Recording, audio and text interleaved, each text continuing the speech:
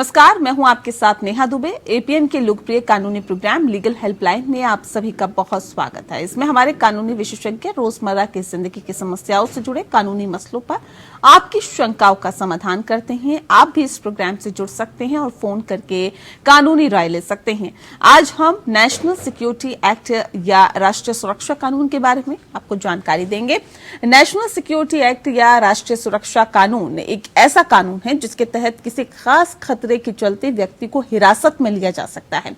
अगर प्रशासन को लगता है कि किसी शख्स की वजह से देश की सुरक्षा और सद्भाव को खतरा हो सकता है, तो ऐसा होने से पहले कि उस शख्स को रासुका के तहत हिरासत में लिया जाता है। इस कानून को 1980 में देश की सुरक्षा के लिए सरकार को ज्यादा अधिकार देने के मकसद से बनाया गया था।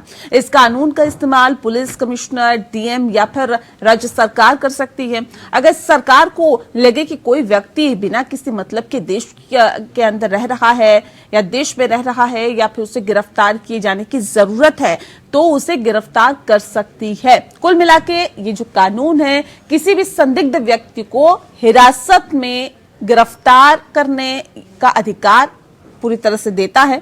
1881 में ब्रिटिशर्स ने बंगाल रेगुलेशन 3 नाम का कानून बनाया था। इसमें घटना होने से पहले ही गिरफ्तारी की व्यवस्था थी।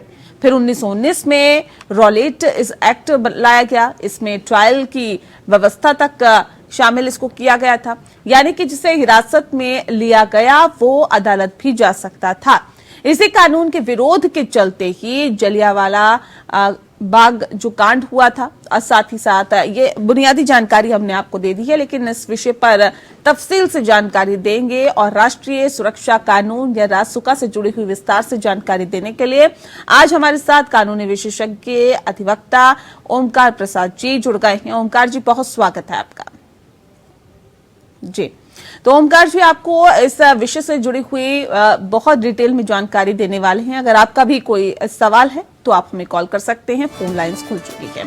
0120612796 पर कॉल करिए या फिर 0120612796 पर भी आप हमें कॉल कर सकते हैं। निःशुल्क आप जानकारी ले सकते हैं। आप इस विषय से संबंधित जानकारी कानूनी दस्तावेज के बारे में समझ सकते हैं। अगर इस तरह की समस्या से आप भी जूझ रहे हैं तो अगला कदम आपको क्या उठाना है, कानूनी तौर पर कैसे अपने आप को मजबूत करना है, आप पूछ सकते हैं।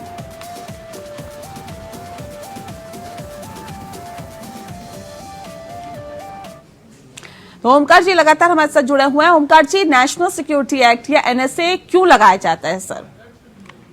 नेहा जी, सबसे पहले मैं आपको बधाई देना चाहता हूं कि आपने जितना डिटेल्स में बता दिया दर्शकों को, अब उसके बाद मैं उसके आगे का जो एनएसए क्या है उसके बारे में आपको बताना चाहता हूं। जी। बेसिकली है क्या कि एनएसए जो फॉर्म है नेशनल सिक्योरिटी एक्ट, जब हमारे देश को सुरक्षा का कहीं पे भी खतरा हो तो वैसे कंडीशन में सरकार को ये उसके पास अख्तियार है एनएसए के तहत कि वो अगर कोई भी व्यक्ति जो किसी भी तरीके से अगर लगता है कि वो प्रिवेंट कर रहा है कि अब वो सरकार के खिलाफ कोई बात करेगी या सरकार के खिलाफ कोई काम करेगा या नेशनल सिक्योरिटी के खिलाफ कोई काम करेगा, तो वैसे कंडीशन में प्री जुडिशियल वो स्टेज है जिसपे उसको रोका जा सकता है। दूसरा चीज कि अगर वो व्यक्ति ऐसा एक्टिंग कर रहा हो कि मतलब इस मैनर में कि मेंटेनेंस ऑफ पब्लिक ऑर्डर, उसके कारण उसमें सुरक्षा में पब्लिक ऑर्डर में भी उसमें दिक्कत हो रही हो, तो उस वक्त में भी एनएसए लगाया जा सकता है। और maintenance of supplies of essential services to the community, इसके तहत भी इसको एनएसए को लगाया जा सकता है। अब आपने पहले रॉलेट एक्ट वगैरह के बारे में बात की, अब मैं आपको बता दूं कि बेसिकली एनएसए लाने के पहले 1950 में प्रिवेंशन ऑफ डिटेंशन एक्ट लाया गया था, जो ऑटोमेटिकली 1969 तक चला। उसका भी ऑलमोस्ट इसी तरीके का कार्य था, लेकिन उसमें क्या होता है कि आप इस तरीके का लॉ लाते हैं जिससे कि देश की सुरक्षा को अगर कोई किसी तरीके का मतलब कोई ठेस पहुंचाने का कोशिश कर रहा हो या उसके तहत कोई चीज वो बताना चाहता हो, तो उसके एवज में सरकार इस तरीके का टाइम टू टाइम वो एक्ट लाना चाहती है और उससे देश की आंतरिक और जो बाहरी सुरक्षा है उसको अपने उसमें करती है कि मतलब सुरक्षित रखती है। अब ये एक्ट जो इस तरीके के आ जाते हैं वो कैसे, जैसे पीडीए आया था जो प्रिवेंशन ऑफ डिटेंशन है 1950 में, लेकिन उसमें सनसेट क्लॉज था कि उसका जब पर्पस सॉल्व हो गया तो 1969 में उसको खत्म कर दिया गया। 1958 में एएसएफए मतलब आर्म फोर्स वाले से रिलेटेड उस तरीके का एक्ट था जो कि आज तक वो चल रहा है, और उसके तहत आप नॉर्थ ईस्ट और उस तरीके के स्टेट्स में जो भी है वो अभी वहां पे लागू हो सकता है, या उसको अभी पूरे कंट्री में भी लागू किया जा सकता है। और सबसे बड़ी बात मैं आपको बता दूं कि 1971 से Misa act, maintenance of internal security act, जो मीसा के बारे में आपने बहुत सुना होगा, बहुत चर्चा में था, 1971 से 1977 में ये जब दूसरी सरकार आई तो इसको खत्म कर दी। उसके बाद 1980 में राष्ट्रीय सुरक्षा से जुड़ा हुआ जो कानून है एनएसए, इसको लाया गया जो कि आज तक वो चल रहा। ठीक है, ये लाया गया था और आज तक ये चल रहा है। एनएसए या राष्ट्रीय सुरक्षा अधिनियम के कितने भाग हैं सर? क्योंकि अभी तक जो हमें जानकारी है उसके 3 भाग होते हैं, ये कौन से हैं और क्या मैं सही हूँ, उस पे विस्तार से बताएं सर। बिल्कुल आप सही हैं। 3 भाग पहले ही मैंने बताया कि अगर किसी व्यक्ति से किसी को अगर लगता हो कि अगर उसके कारण सरकार को या गवर्नमेंट को, चाहे वो भारत सरकार हो या राज्य सरकार हो, अगर उसको लगता है कि किसी तरीके से वो थ्रेट है तो फिर उसको हम प्रिवेंट कर सकते हैं एनएसए में, नेशनल सिक्योरिटी एक्ट 1980 में। दूसरा पार्ट जो है कि अगर उस व्यक्ति से हमें लगता है कि वो किसी इस तरीके से जो कि आंतरिक सुरक्षा से छेड़छाड़ करने के लिए पब्लिक डिसऑर्डर, मतलब कि आप मान लीजिए कम्युनल कोई मतलब एक्ट करता है, या उस तरीके से जो देश का ढांचा जो है वो मतलब खतरे में है, तो उसमें हम एनएसए लगा सकते हैं। तीसरा चीज जो है कि अगर वो कोई सप्लाई जो मेंटेनेंस ऑफ एसेंशियल कमोडिटीज है उसको रोकने में अगर बाधक होता है तो हम उसमें नेशनल सिक्योरिटी एक्ट 1980 का मतलब लगाया जा सकता है सरकार के द्वारा। जी सर, एनएसए एक्ट में सजा का क्या प्रावधान रहता है? नेहा जी, बहुत अच्छा सवाल किया आपने। एनएसए एक्ट में जहां तक सजा का प्रावधान का बात है, सबसे पहली चीज कि इसमें बेल है ही नहीं। एक ऐसा एक्ट है जिसमें कि अगर किसी ने किसी को एनएसए के अंदर मतलब सरकार ने उठा लिया तो उसमें मिनिमम 5 डेज और मैक्सिमम 10 डेज तक बिना किसी चीज के आप उसको मतलब डिटेन कर सकते हैं, और किसी को इसके बारे में कोई भनक भी नहीं पड़ेगी। और सरकार का ये अख्तियार है एनएसए में कि वो जो देश के सुरक्षा के साथ ऐसे लोग जो खिलवाड़ करते हैं उनको इस तरीके का चीज मतलब वो कर सकती है। अब इसमें सबसे पहले चीज की सजा का जो आपने प्रावधान बताया, जब उसमें बेल है ही नहीं तो आप सबसे पहले चीज किसी को अगर डिटेन किया गया तो वहाँ एक मतलब अब आगे अगर मैं बताऊं उसमें तो एक एडवाइजरी बोर्ड होती है।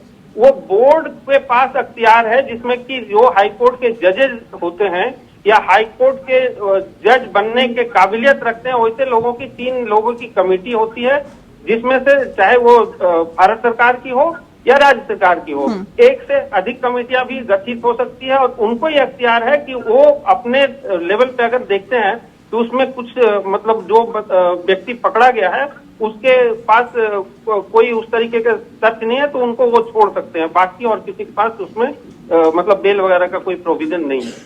जी ठीक है। सर, एनएसए में बेल के प्रावधान क्या रहते हैं?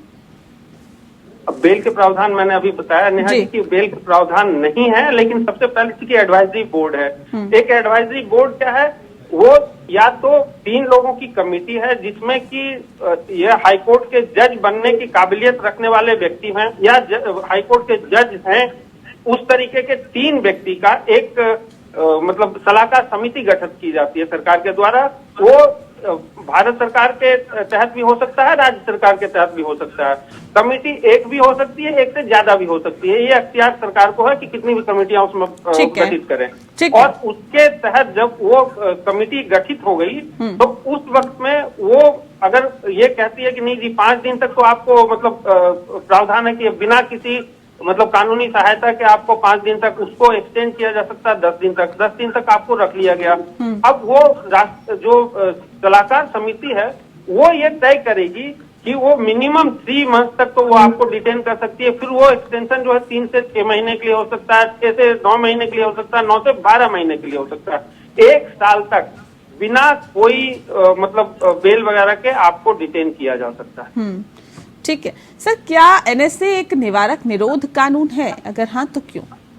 बिल्कुल, जैसा मैंने बताया कि नेशनल सिक्योरिटी एक्ट प्रिवेंटिव है कि अगर मेरे को लग रहा कि किसी सरकार को ये पता है कि अगर ये फला व्यक्ति है वो एंटी सोशल एक्टिविटीज में लिप्त है और जो कि हमारे देश के लिए खतरा है, हमारे समाज के लिए खतरा है, या फिर उसके तहत जो चीजें वो कर रहा है उससे एसेंशियल कमोडिटीज की सर्विसेज जो है वो सप्लाई होने में दिक्कत है, इस तरीके के चीज में, या फिर कहीं पे दंगा भड़काने का काम करने वाला है, या फिर कहीं सामाजिक समरसता जो है उसको तोड़ने के लिए वो कुछ करने जा रहा है, तो ऐसी जैसे ही हमारी जो खुफिया एजेंसियां हैं इसके बारे में वो पता करती हैं और वो सरकार को इनपुट देते रहती हैं टाइम टू टाइम।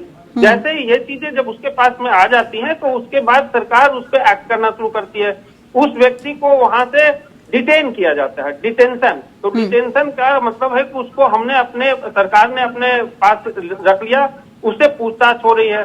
5 दिन तक तो मिनिमम कर सकते हैं, 5 के बदले में 10 दिन तक वो कर सकते हैं पूछताछ बिना किसी मतलब किसी को बताए हुए या बिना किसी के जानकारी के। फिर उसके बाद 10 दिन के बाद उनको एडवाइजरी बोर्ड के पास उसको पेश करना पड़ता है। वो एडवाइजरी बोर्ड फिर उसके बाद उसको देख करके वो 3 महीने तक करे, 6 महीने तक करे, 9 महीने तक करे या साल भर के लिए उसको डिटेन करके उसको पूछताछ के लिए रख सकती है। और सबसे बड़ी चीज ये है कि इसमें कोई कानूनी सहायता नहीं मिलती है। जो व्यक्ति पकड़ा जाता है उसको किसी वकील का प्रावधान नहीं है। वो जब भी जाएगा तो वो सलाहकार समिति के पास जाएगा, सलाहकार बोर्ड के पास जाएगा, जिसमें मैंने बताया कि वो हाईकोर्ट के जजेस या होने वाले जजेस का जो अख्तियार रखते हैं वैसे कैपेसिटी वाले 3 व्यक्ति का वो टीम होती है एडवाइजरी। ठीक, एनएसए लागू कौन कर सकता है? किस किस के पास ये अधिकार होता है या अथॉरिटी होती है कि वो लागू कर दे? देखिए, सबसे पहले चीज अगर कोई आप डिस्ट्रिक्ट मजिस्ट्रेट डीएम के पास ये पावर है। आप जो सुप्रिंटेंडेंट ऑफ पुलिस है वो भी अगर क्या उसके बारे में बताती है डीएम को तो वो उस पर एक्शन ले सकता है। और जो आला अधिकारी हैं जो पुलिस के महकमे के डीएम डीसी, कहीं पे उसको डिस्ट्रिक्ट कलेक्टर कहा जाता है, कहीं पे डिस्ट्रिक्ट मजिस्ट्रेट कहा जाता है, तो उस तरीके से ये लोग अपना उस पे एनएसए के तहत कार्रवाई कर सकते हैं। जी ठीक है सर, एनएसए के खिलाफ अपील कैसे की जाती है? किस कोर्ट में अपील की जा सकती है?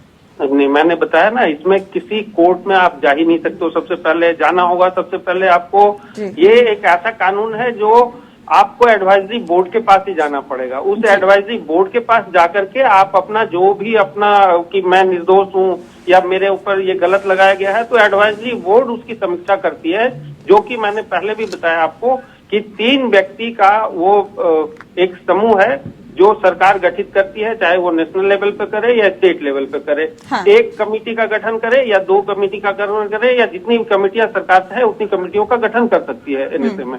और उसमें जो हाईकोर्ट के जज बनने का काबिलियत रखते हैं वैसे 3 व्यक्ति, या हाईकोर्ट के जज हैं वैसे 3 व्यक्ति जो सलाहकार समिति के मेंबर हैं, उसी में से एक हाईकोर्ट के जज जो होते हैं वो उसके चेयरमैन होते हैं। उनके पास वो अर्जी लगती है, फिर वो उसको मतलब डिसाइड करते हैं कि हाँ जी इसमें सही है या गलत है, वो उनके अख्तियार में है, वो उसका फैसला वही करते हैं।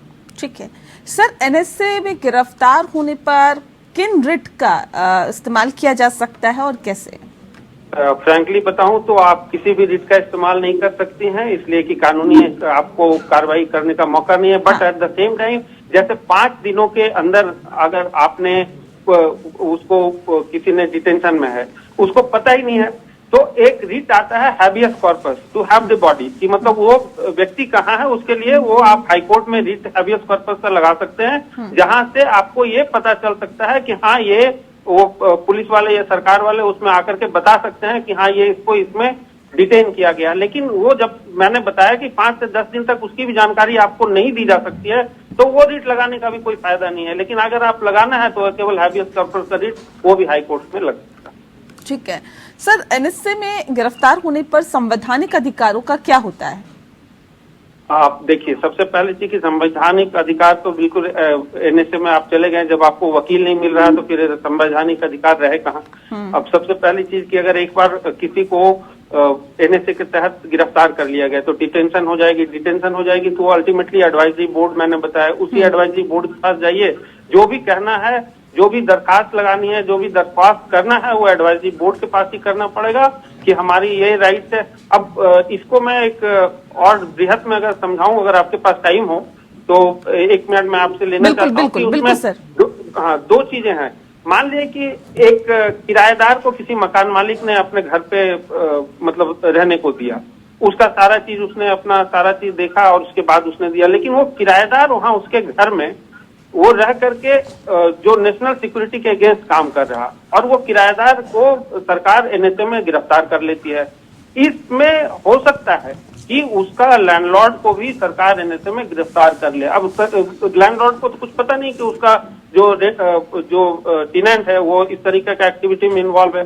तब वो अगर सलाहकार समिति के पास अर्जी देता है और उसको पता चल जाता है कि भाई ये इसको इसमें लिप्त नहीं है, तो उसको फिर उसमें से रिहाई या उसका जो मतलब आप कह सकते हैं डिटेंशन, उसमें से छूट सकता है। लेकिन अगर संदेह है कहीं से भी कि लैंडलॉर्ड भी इसमें जुड़ा हुआ है, फिर उसको कहीं से रियायत नहीं मिली। जी सर, एनएचए को बेहद कड़ा कानून माना गया है और सवाल ये भी है कि आखिर क्यों, कैसे इसका गलत इस्तेमाल भी हो सकता है क्या?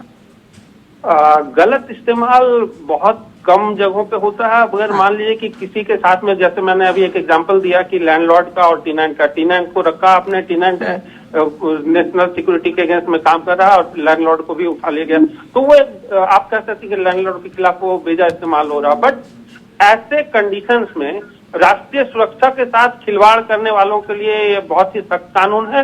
बेजा इस्तेमाल तो बिल्कुल भी मेरे ख्याल से नहीं होता, लेकिन हाँ कहीं कहीं पे ऐसा होता है कि अगर किसी को डिटेन कर लिया गया और वो कहता है कि मैं इसमें लिप्त नहीं हूं, तो अल्टीमेटली उसको अपनी बेगुनाही उसी एडवाइजरी बोर्ड के सामने मतलब बताना पड़ेगा, जताना पड़ेगा, और वो अगर उससे कन्विंस हो जाती है तो फिर उसको छोड़ भी दिया जाता है। जी ठीक है सर, बहुत शुक्रिया, आपने बहुत विस्तार से एनएचए के बारे में हमारे दर्शकों को बताया कि ये क्या होता है, ये कौन सा एक्ट है, कब बना था, क्यों बना था, किस लिए बना था और इसका इस्तेमाल कब और कैसे होता है। बहुत विस्तार से आपने बताया, इसके लिए आपका बहुत बहुत शुक्रिया। इसी के साथ लीगल हेल्पलाइन में फिलहाल के लिए इतना ही। नमस्कार।